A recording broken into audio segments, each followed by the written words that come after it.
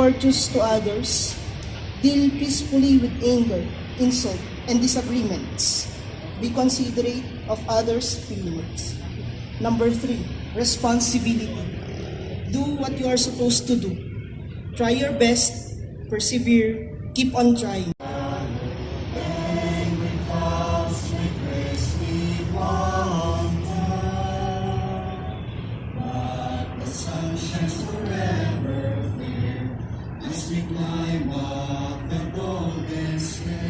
Encourage agencies to review and improve their systems, procedures, and frontline services.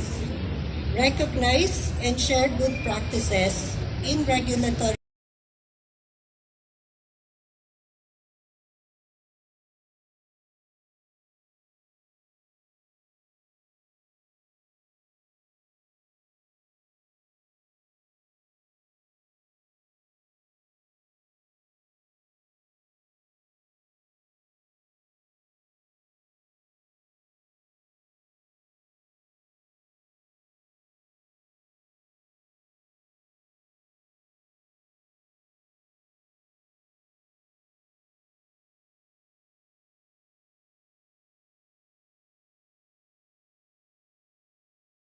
Lakas naman natin konti. Sabang good morning! So, welcome everyone sa Creative Mind Summer Camp 2026 dito mismo sa Barangay South Proper. So, before we officially start, can we all please stand up para sa ating opening prayer?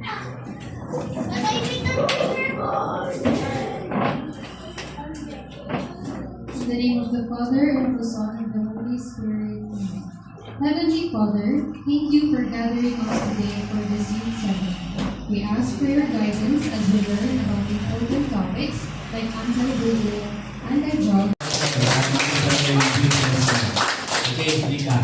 This is Kagawad Karen. She was the one who planned and initiated this summer camp. Okay? So, palakpak naman kay Kagawad Karen. And of course, we also would like to give thanks sa ating mga interns. Ang gobyerno. Kaya ito mayroon tayong tinatawag na summer camp. Hindi lang pala sa eskwelahan. Kayo, pwede mag-aral. Pwede pa lang dito rin sa ating barangay hall. Tama? Palakpak tayo mga anak. Now, creative minds. O, di ba? Taga-Baguio tayo lahat? Taga-Baguio lahat? Tama? Taga-Baguio? No. So, alam niyo po ba na noong 2017, mga bata pa kayo doon, yan? So, nung pinanganak noong 2017 sa inyo, 9 years old ngayon, ayan. Nung kapapanganak o kaya ipapanganak ka pa lang, ang syudad ng Baguio ay napili na isang creative city. Yan ang isang programa ng UNESCO. United Nations Education, Culture. Ngayong summer, meron tayong tinatawag na you need to balance relaxation from that of productivity. Siyempre, mag-relax tayo kasi bakasyon ninyo. Pero huwag nyo rin kalimutan, mag-attend ng mga ganitong klase ng programa.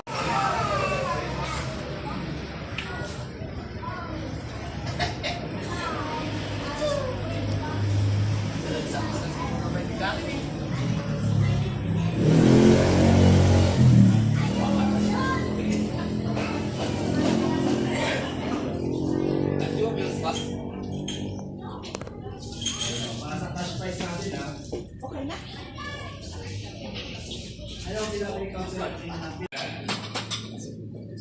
50-kilometer radius bridge. Thank you, ma'am.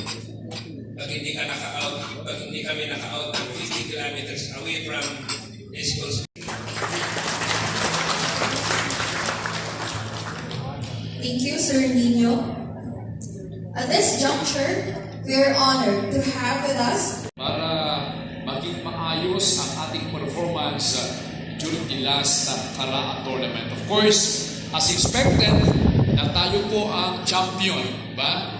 And Accordingly, ay makapagpapadala po tayo ng mga 267 na mga atleta natin or 269 para po sa darating na tinatawag nating palarong pambansa. And to sustain, which dapat natin sustain na mga estratehiya natin, mga programs natin so that we could be able to get results.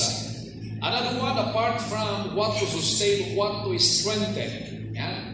So, the last time that we had our dear friends and service partners. Of course, from the city government of Baguio, kami po ay very proud sa inyo, ating mga coaches, ating mga deputy officials, mga trainers, and lahat na po ng mga tumulong. Pinag-uusapan namin kay Madam STS kanina how to still improve yung tawag natin yung mabuhay po tayo.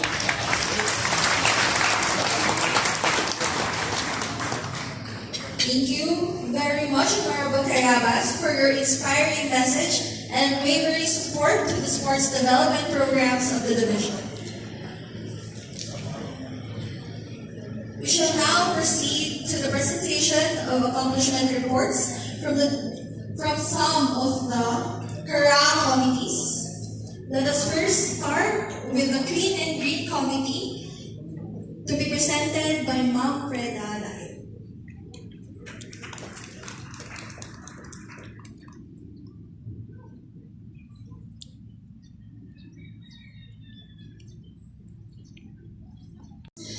And we have the Health, Hydration, and Sanitation Hub.